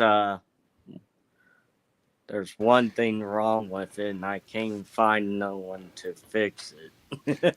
Hey, oh no! You guys want to see? I know because it was Sunday, it was a little bit of a slow night. You guys want to see Kelso's unboxing? We got 150 people in the room. Yeah, let's go for it. Let's do it, man. Cool. Ooh, cool. So this took quite a while, but this is the small box. The box for the watch he had already put in his safe. So this is about halfway through the unboxing. Pillar. I think that's pillar 6. 5 was Gary sleeping, I thought. I don't know. Oh, all right. So here it is, boys. Little Ooh, that's a nice Oh, that's case. a lot better with lights on. Wow. Nice Patek cool. case, right? That's that is beautiful. one piece of the puzzle. Kurt is getting. That's the watch winder, Mikey. That's a Patek watch winder. Is that okay? Yeah. Very cool. So you got to lay it on its side, or does it rotate? It It's, probably no, rotates. it's stand up. It's stand up. So it Getting impatient. rotates. Jesus just unboxing. Kurt, express unboxings are $100. Mathis 2.0 in the house. Good to see Mathis. $5 super chat. He says, "Young Brando legend. Big ups to the boys." Good to see Mathis in the house. Okay, all right, here we go. So Florida crew. Yeah, Florida crew. Miami crew. Miami crew. Get a sip of that hibiki in you before we do this. All right, boys, we're getting ready. Okay, boys, prepare yourselves. I just imagine Kurt is like banging his keyboard up against the wall right now. So we're gonna show the bottom half, and then we're gonna do the old wrist roll. Okay. All right, let's do it, and then we can get Let into the the story. guesses begin. Oh, I see a deploying clasp. I see a deploying clasp. This could be That's just steel. like Buckley's, guys. We're talking brown deployant, brown alligator deployant setup. Nice. All right, give the boys. Is what that they is need. that They're rose getting- gold? They're getting antsy. Let's see. What do we got? I think it's white. guy. You know what? For a guy who's got studio quality lighting, when he's on, his presentation lighting is not that great. Yeah, it's kind of hard to tell. Creation for eternity. Yeah, it's hard to tell what color that The is. ultimate. Yeah, it might be white. Patek Philippe complications. Oh, look at this. Perpetual calendar 5320G. Beautiful. Cream Very lacquer dial. Ooh. Beautiful. I love it. I That's love like it. 40 or 41 Brand millimeters too, complication huh? from Patek Philippe. Arabic Ultimate. numerals. That's Yeah, big. congratulations. That's And great. That's Lumiere a indicator. big watch. Brody actually did call it before. I didn't pull up his comment because I. He got that from your neck of the woods, Mikey. Happy Jewelers. Those guys are on YouTube all the time. Happy Jewelers? Yeah. Is that what they're called? I don't know their online name. I've got to say, big congratulations to Kesselowitz for that. That's a beautiful watch. Yeah, he got Thomas. He got a lot of accessories. He got a travel case. He got the official Patek winder, books, all the paperwork, archive paperwork. Yeah, if you got it from my guy, that's how my guy works. You know, like when I put him on the hunt for a watch, he gets me exactly what I want, and it's usually the full package. Unless it's an impulse buy from something he's got on. You always got to have the full package, Mike, or else the ladies are never happy. Oh yeah, I figured he was right. Oh man, oh man. One of my favorite. There it is, boys. That is beautiful, man. That's it, bro. You and the Zeal are twinning. I know. Yeah, if you haven't figured it out, I just want to be Tanzio when I grow up. That's pretty much the deal. Oh, I've already said that. I've already said that multiple times. Lamborghinis first. What's that, Mike? When I grow up, I want to be like Tan. Oh, he's stealing your stuff. Beautiful. He is, yeah, he's stealing my Tan shit. says, so there's triplets. Fella has one too. Cool. Nice. It's stunning. And Humble the Pine. It's got the 3-tiered look. And Humble Pine.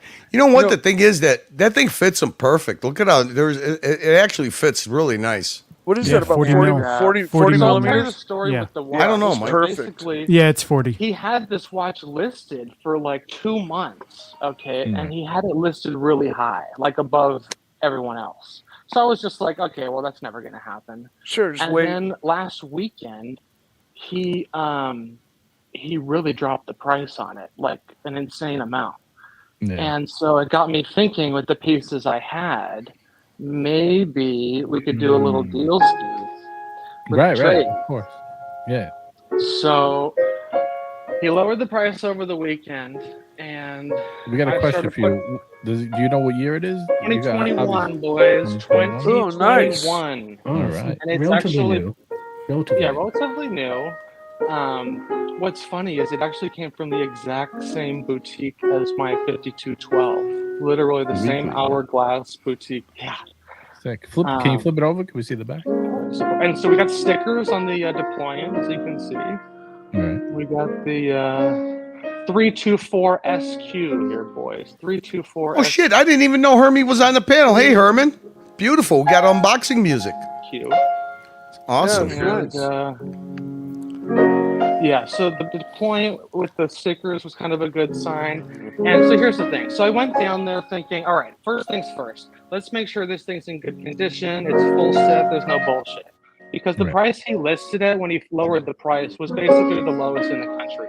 You know, checking Moda, watch charts, it was the lowest. So I was like, okay, let's see what's going on here. So I go down there and you know, I had seen his videos from producer Michael, so I knew I knew Danny was the owner. So, Can we get a close up of the dial?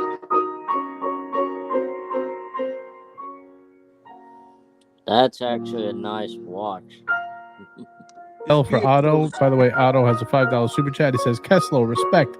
Wow. Let me compose myself. This is as close as I can get. Just give it a little. There you go, right there. Perfect. Oh, bada bang. Bada bang. Amazing. There you go. Yeah. It's, So, you know, there it is. I've tried this watch on in person. I've tried on Tan Zeals. The cream enamel is so good, It's lacquer, so warm lacquer on dial, lacquer lacquer. tile. It's so warm. It's such a good color. I like it better than the salmon, to be honest. Yeah. Oh, all day long. We'll get into that because I considered the same. This is a clip, Mike, just so you know. What do you think, Mike? Okay. Is it warm? Oh, Is it warming you up? Yeah. Is it warming your package up? I would rock this watch all day long. You betcha. Salmon. Well, it's interesting you bring up the salmon because the cream uses a lacquer. Well, there you go, man. Congratulations to Kelso. Shout out to Kelso. Oh, Kelso's in here. Very nice. And then I have this watch. It's a Hellsboro German watch from 1950s. Oh, wow. Nice vintage watch. I had to do some gotta get a new strap for it. Had to put. What do you think, Thomas? What'd you think of the watch? One of my the 5320. Yeah, I first tried that on the cream dial, and the syringe hands, the numerals. It's probably my favorite Patek, to be honest with you.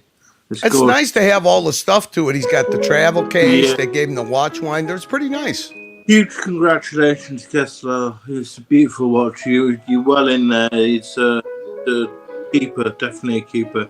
It's a pity you had to get rid of the 5212. But hey, needs must. No. Kelso's going to have to start getting himself a YouTube channel and monetize it if he wants to go roll with Tupatex, right, Thomas? He's got Send money now. Priorities or start a channel. All right, Thomas, we took a poll, and from the Bro House, you are the untapped superstar that we never knew you were. Oh. So just so you know, Thomas, it started with people mocking you because you bought 14 books, and it ended that you are the superstar of the Bro House. You're the MVP. I don't know. That's it. You were the rising. Fellas. You're the cream of it, especially you and Mommy.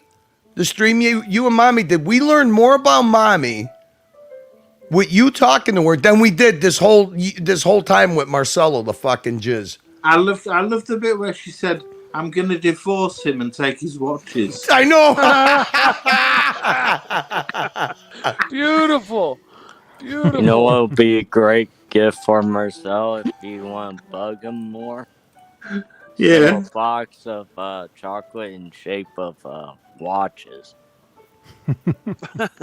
Yeah. Mommy was the star of the house. She was beautiful. She was lovely. So nice. I don't know how she puts up with Marcelo, but I was talking to her and she was saying, "Oh, he always wants to stream. He always everything. He wants to stream everything. Yeah. And it's just too much for the poor lady. She's a nice lady. She's the one who came up with that whole care package thing for everybody. It's such a nice person. You know what? Listen, little appreciation gifts are nice, but when people put thought behind it and personalize it, like, getting a book signed with everybody in the house, with Archie, the little care packages that Marcelo made, it's a memorable thing, right? Yeah, it's Marcelo.